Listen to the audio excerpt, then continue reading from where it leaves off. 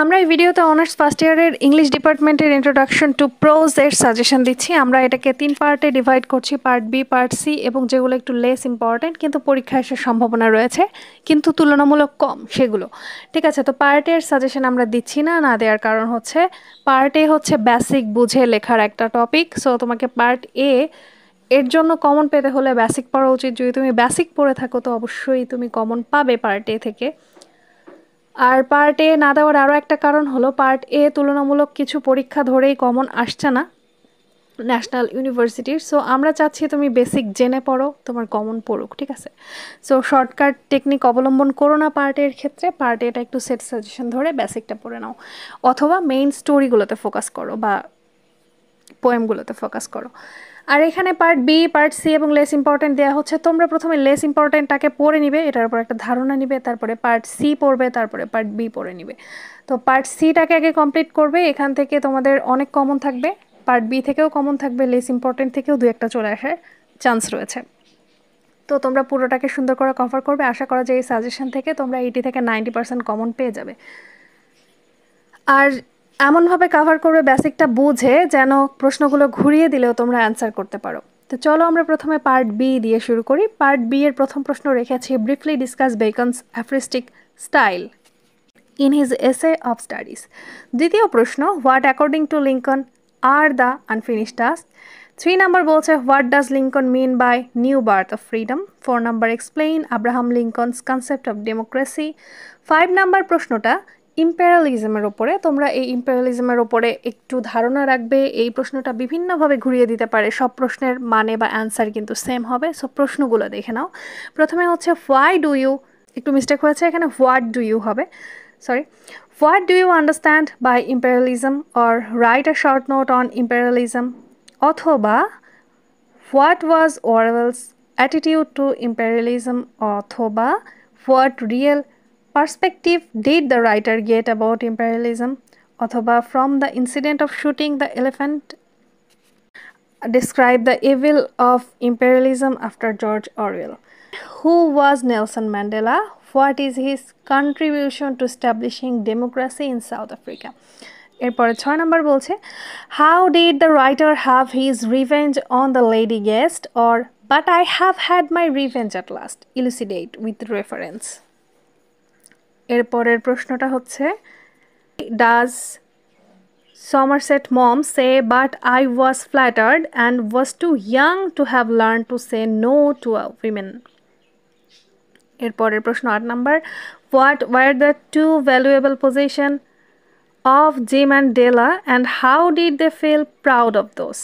9 নম্বরে থাকছে, whose sacrifice is greater, James or Dallas, and why.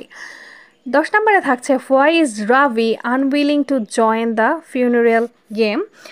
11 নম্বরে থাকছে, how is the relationship of the American couple. 12 নম্বরে থাকছে, point out some elements of irony in the games at twilight.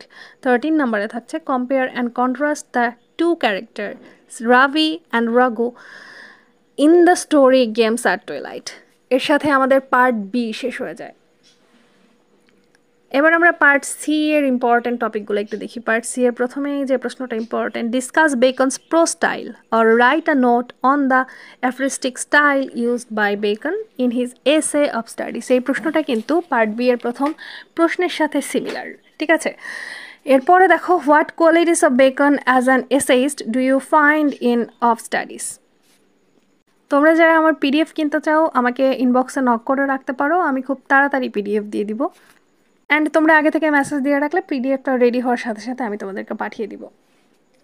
আমাদের পিডিএফের বৈশিষ্ট্য হচ্ছে এখানে খুব সহজভাবে অ্যান্সার দেওয়া থাকে, যেটা তোমাদের বুঝতে সুবিধা হবে এবং খুব সিম্পল লাইন, যেটা দেখলেই সহজেই মুখস্থ হয়ে যাবে। সঠিক ওয়েতে অ্যান্সার লেখা হয়, প্লাস আমরা কোটেশন ইউজ করে তোমাদের জন্য আরও সহজ করে দিব। তোমরা এইভাবে লিখলে মার্কস অনেক ভালো পাবে। এবং 2-3টা প্রশ্নের উত্তর একসাথে কম্বাইন করে দেওয়া থাকে, অর্থাৎ তুমি একটা পড়লে বাকি 2-3টা প্রশ্ন সিমিলার আসলে তুমি সেখান থেকে অ্যান্সার করতে পারবে। তো যারা কিনতে চাও অবশ্যই ইনবক্স করে রেখে দিও, আসার সাথে সাথেই পেয়ে যাবে। এবার দেখো 3 নম্বর প্রশ্নটা হচ্ছে, discuss the role and contribution of Nelson Mandela to the people of South Africa. অথবা discuss Mandela's thoughts about taking his country forward. এরপরে 4 নম্বরে বলছে what attitude does Orwell express towards imperialism in shooting an elephant. অর্থাৎ আমরা দেখতে পাচ্ছি আমরা প্রশ্নের মধ্যে অনেক সিমিলারিটি রেখেছি, তোমরা আমাদের পিডিএফ পড়লে এসব একবারেই পড়ে ফেলতে পারবে, অর্থাৎ একটা প্রশ্ন দিয়ে দুটো প্রশ্নের অ্যান্সার করা পসিবল। এরপরে দেখো consider Martin Luther King's I have a dreams as a charter of freedom and equality for the black people of America, or how does the speech I have dreamed epitomize the urgency of racial justice and equality, or how does Martin Luther King point out the discriminations between the white and the black in America? 6 নম্বর প্রশ্ন থাকছে sketch the character of Della অথবা how does Della prove selfless love for Jim in the story The Gift of Magi? 7 নম্বরে থাকছে how does Catherine Mansfield portrays Laura in her short story The Garden Party? The Garden Party is a story about a young girl's development into maturity. Discuss. অথবা how does Catherine Mansfield portray Laura in The Garden Party?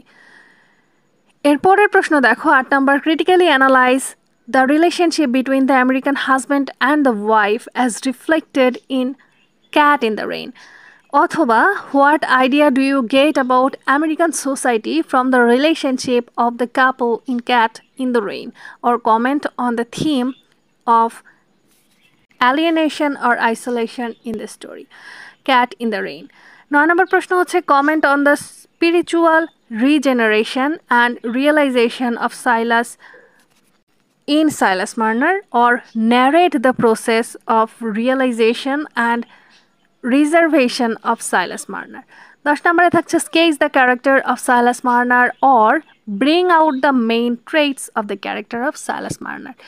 এরপরে দেখো আমাদের part B এবং part C ইম্পর্ট্যান্টগুলো হয়ে গেছে, এবার less important এগুলোও তোমরা একটু মাথায় রাখবা, বেসিকটা যেন লিখতে পারো, কিন্তু একটু কম গুরুত্ব সহকারে পড়লেই যথেষ্ট। তো এখান থেকে আমরা কিছু প্রশ্ন রেখেছি, চলো একটু দেখে নেওয়া যাক। প্রথমে why is Bacon called an utilitarian writer? 2 নম্বরে থাকছে what according to Bacon are the purpose of studies? 3 নম্বরে থাকছে how does Bacon use practical wisdom in the essay of studies? এরপরে থাকছে what twin obligations does Mandela's mention describe? 5 নম্বর বলছে what does Mandela mean by the oppressor must be liberated just as surely as the oppressed? এরপরে থাকছে describe the flat in which Jim and Della lived. এরপরে 7 নম্বর বলছে access the gift of the Magi as a love story, or how is love treated in the story The Gift of the Magi? এরপরে থাকছে write a note on the death scene of the elephant, or why did Orwell decide to shoot the elephant at last? এরপরে যেটা থাকছে সেটা হচ্ছে how does Catherine Mansfield portrays a contrast between the rich and the poor in her story The Garden Party, or how does Catherine Mansfield depict a sharp contrast between the haves and have-nots in her story The Garden Party? এরপরে থাকছে 10 নম্বর discuss the symbolic significance of the cat in the story A Cat in the Rain. এবারে থাকছে আমাদের শেষ প্রশ্ন, এই প্রশ্নটা হচ্ছে examine the role of chance and coincidence in the novel Silas Marner. তো একটু মনোযোগ দিয়ে বেসিক থেকে পড়বে, আশা করছি তোমাদের সবটা কমন চলে আসবে, মোটামুটি অনেক ভালো একটা সংখ্যায় তোমরা কমন পাবে এখান থেকে। এতক্ষণ আমাদের সাথে থাকার জন্য অসংখ্য ধন্যবাদ। তোমাদের বাকি সাবজেক্টগুলোর সাজেশন শীঘ্রই আসছে এবং কিছু দেওয়াও রয়েছে চ্যানেলে, তোমরা চাইলে দেখে আসতে পারো, এবং তোমাদের কোর্সের সমস্ত টপিকে ভিডিও রয়েছে চ্যানেলে, তোমরা চাইলে দেখে আসতে পারো। এতক্ষণ সঙ্গে থাকার জন্য অসংখ্য ধন্যবাদ। আর যারা পিডিএফ কিনতে চাও মেসেজ দিয়ে রাখো এবং একটু ধৈর্য ধরে অপেক্ষা করো, কমপ্লিট হওয়ার সাথে সাথে তোমাদেরকে দিয়ে দেওয়া হবে। এবং পিডিএফে কিছু প্রশ্ন বেশি ইম্পর্ট্যান্ট হিসেবে হাইলাইট করা থাকবে, কিছু প্রশ্ন ইনক্লুড করা হবে এবং 2-1টা বাদ দেওয়া হতে পারে। তো সেই পর্যন্ত আমাদের সাথেই থাকো।